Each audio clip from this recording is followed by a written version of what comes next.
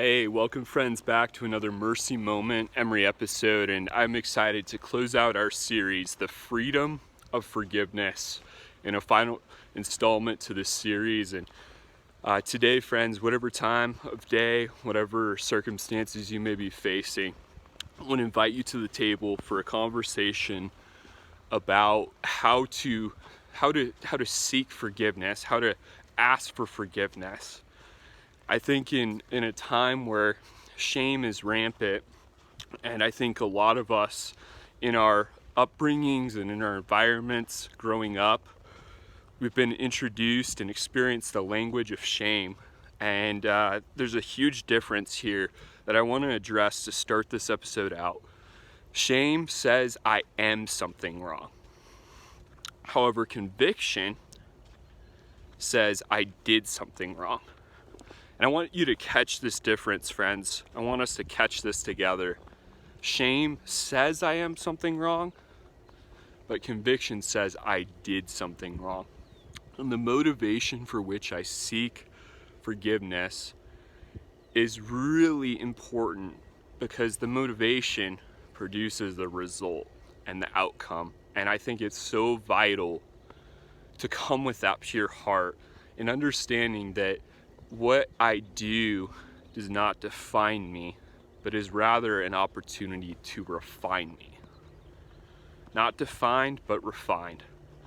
So as I come to someone when I have wronged them, when I've hurt them, I come with that spirit and say, God, I have done something wrong. I've hurt this person, and God, I need their forgiveness.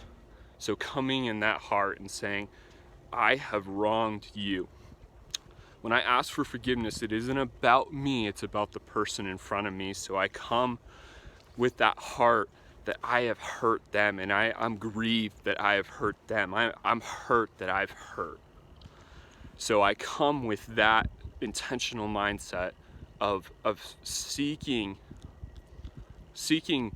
to restore what's been broken. So I come with a heart focused on the person that I've wronged. Not on myself, not because I'm trying to fix shame, but because I realize my actions have hurt another person. So coming with that heart, I think, is central. And Paul talks about this to the church in Corinth. He says that godly sorrow produces repentance and leaves no regret. Worldly sorrow, however, produces death. Worldly sorrow is, oh, poor me, oh, I've gotten caught, oh, these consequences suck. Versus godly sorrow is, I have hurt the heart of the Father, I've hurt God. And when I recognize in every wound that I've hurt him first, it then brings clarity to the person in front of me. I have not only hurt them, but I've hurt God, because God is the ultimate one that I sin against. And David recognized this. He said, I have sinned against you and you alone. So forgiveness, when I seek forgiveness, I humble myself, I get low, I recognize, I acknowledge, and I bring to the surface how I've hurt the person in front of me. And then I seek and ask them to forgive me. So as I then humble myself, I acknowledge the wound, and I don't hide from it. I don't try to downplay it, but I acknowledge it and I feel it with the person in front of me. I then ask, will you forgive me? And forgiveness is freedom, friends. So may we be people who humble ourselves well when we've made mistakes, because we all do. All have sinned and fallen short of the glory of God.